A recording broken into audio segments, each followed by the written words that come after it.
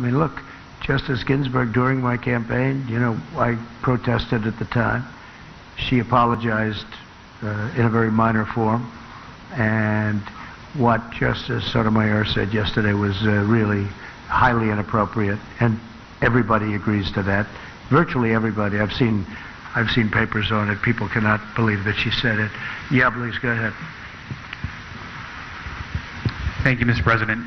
The intelligence community believes that Russia is trying to meddle in the 2020 election. Do you agree with their assessment?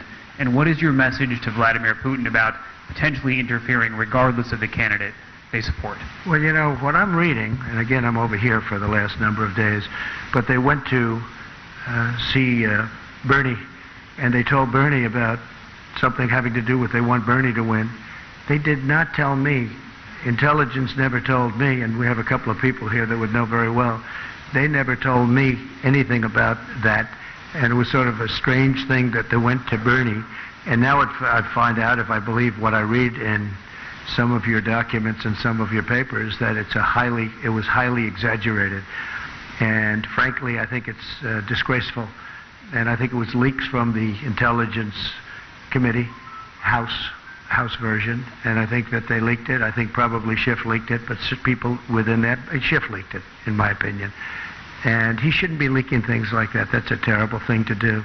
But basically, they would like to see Bernie is probably winning, and looks like he's winning, and he's got a head of steam, and they maybe don't want him for obvious reasons. So they don't want him, so they put out a thing that Russia's backing him. This is what they do. I've gone through it for a long time. I get it. I get the game better than anybody. And that's the way it is. Terrible thing to say. And they didn't say it about me. I will say this.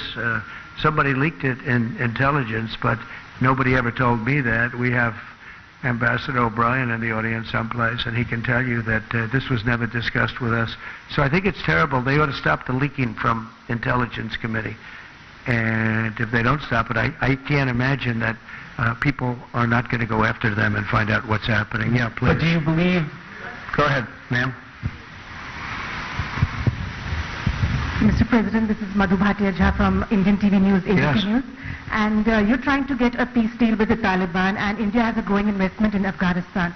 So the way the deal is being worked out, what would be India's role and Pakistan's role in the region? Well, I think India would like to see it happen. I spoke with Prime Minister Modi today, and I think they would very much like to see it happen. And we're pretty close. We'll see what's going on. We've got 2 days now under our belt without violence, or I guess a minimum of violence. And we'll see what happens, but people want to see it. It's very interesting, that one is, everybody's happy about it. Even people that are normally against me, like 99.9% of the time. Because we've been there for 19 years, and everybody would like to see it happen. I was actually surprised. I thought the Schumers of the world would say whatever the opposite is, because that's all they can do, cry and chuck. But people are they're really happy to see that we're trying very hard. We'd bring it down to 8,600, and from there we'll make a decision as to what the final outcome would be. But there's been tremendous praise for the fact that we're doing something. Other administrations have tried to do something. In particular, the previous administration, for a long time, they were never able to get anything done. And we're really serving not as a military force as we are a police force. And we're not a police force. They have to police their own country. We're not a police force. It's like law enforcement. And that's the way it is. So we'd like to, after 19 years, we'd like to bring our young people back home, bring them, that's where they want to be. And we'll always have intelligence there. We'll have other things there. But we'd like to bring them, for the most part, we'd like to bring them back home. We want to watch the area. The area is a hotbed of problems. And when we bring them home, we'll let them know that if something happens, we will hit them so hard. And we could win that easily if I wanted to kill. We'll let them know that if something happens, we will hit them so hard. And we could win that easily if I wanted to kill millions of people. I don't want to kill millions of people, innocent people. We could win that very easily. We don't have to act as a police force. We could act as a military force to win, not a military force to just take care of things in that very, very difficult part of the world. It's a very difficult part, a very dangerous part of the world. So let's see what happens. So far, so good. So far, but I'm very impressed with the kind of kudos we're getting. Yes, please. Mr. President, namaste.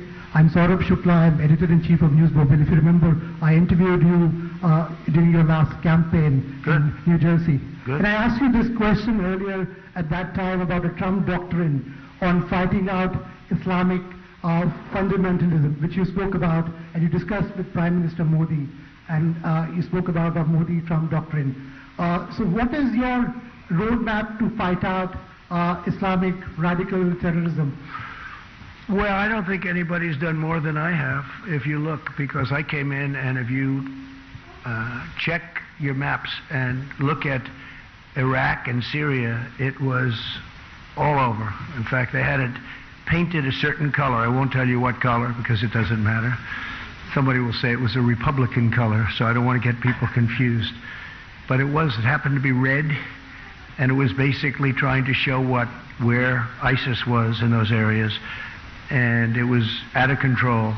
And I gave the orders, and we have 100% of the caliphate. We have tens of thousands of people in prisons now. They're being guarded by the Kurds and others. Europe should take a lot of them back. So far, they haven't agreed to do that. They should do that, because we did them a big favor. We captured them, but I did that. We killed al-Baghdadi a few months ago, and Soleimani is gone. He's no longer putting roadside bombs all over the place. Somebody else may be, but he was the father, the king of the roadside bomb. All of those young people that you see with missing legs and arms. I've seen every combination. The legs are gone. You go over to Walter Reed. I have to say the doctors at Walter Reed are incredible what they're able to do. Incredible. But that's what his thing was. He thought that was a beautiful weapon, roadside bombs. It's a coward's bomb. And all of these young people that have been so badly hurt, and we did a big favor. In addition to that, as you know, Hamza bin Laden is now gone, and he was looking to do damage, and he's gone. And Al-Qaeda last week, you saw what happened there. Absolutely. So nobody's done more than what I've done. And but at the same time, Russia should do it, Iran should do it, Iraq should do it, Syria should do it. You know, we're in a different part of the world. We're doing it. Everybody says you're the only ones that can do it. Well, at some point, these other countries, Iran should do it. Iran hates ISIS, and they should do it. And we've done a great job. We've taken our soldiers essentially out of Syria, except for little hot spots that we figured, we'll do, that develop. But we've taken the oil, and the soldiers we have there are the ones guarding the oil. We have the oil. So that's all we have there. And now we have, if you look, we are down to a small force in Iraq. And we're down to a small force very shortly, but right now even we have a small force in Afghanistan. And so we're moving out and moving around, but the only soldiers we have in terms of Syria, the predominant number of soldiers are the ones guarding the oil. What about terror groups in Pakistan, sir? That's a big concern in this region, and you know there are a lot of terror groups who pose dangers to the United States and democracies like India as well. Yeah, no, I agree, but you also have other countries that can do this. The United States is 8,000 miles away, and they're all saying, could you do it? Yeah, we could do it. We've been doing it for a long time, but I've been doing it much better than anyone else has done it. I mean, what we've done in the last couple of years has been incredible. We have 100% of the caliphate. Remember, we had 99%. I'd say, good, we're leaving. And I was hit with, people couldn't believe it. They said, do 100. So we did 100. I did 100 with some great generals that knew exactly what they were doing. They were unbelievable. We took 100% of the caliphate. And we have thousands of prisoners right now locked up. And these are ISIS fighters, and killed thousands. Not that I want to do that. I don't want to do that, but that's what we had to do. And when I came in, ISIS was all over the place. It was totally out of control. Please. Thank you. While you've been here in the country, in the capital, northeast part of Delhi, there have been violent clashes. Police have been killed, some demonstrators. 9 deaths so far, we hear, and about 100 plus injured. What did Prime Minister Modi say to you about this amended citizenship law?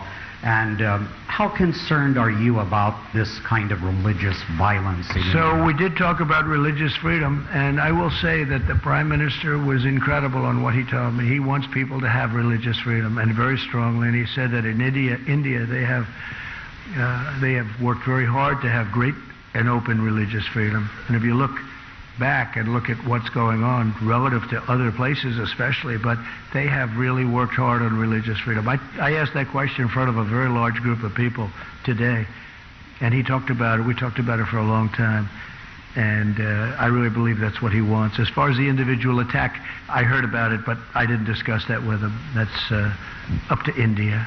Yeah, go ahead, please. Hi, sir. Emily Goodman with thedailymail.com. I was wondering, do you think justice was served in the Harvey Weinstein case? So I was never a fan of Harvey Weinstein, as you know. In fact, he said he was going to work hard to defeat me in the election.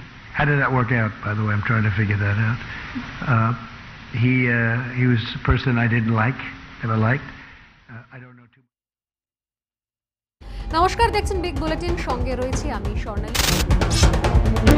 মতে মেলে, অর্থাৎ যেটা যে শর্ত রয়েছে, যে শর্তে আলোচনা হতে পারে, যে শর্তে বিরোধিতা চলতে পারে, যে শর্তে আন্দোলন চলতে পারে, যে শর্তে প্রতিবাদ প্রতিরোধ হতে পারে, বারবার বলা হচ্ছে, সেই জায়গা থেকে আপনার কি মনে হয় যে এনপিআরটা এনআরসির পূর্ববর্তী স্টেপ? এনপিআর সংশোধন করতে আমরা সেই একটু সময় পাওয়া যাবে, এই জায়গাটা আমাদের আপত্তি আছে। ভিতরে আপনি ঢুকছেন, আমি বলবো না। এর সমাধান কোথায়? উত্তর দেওয়ার দায় কার?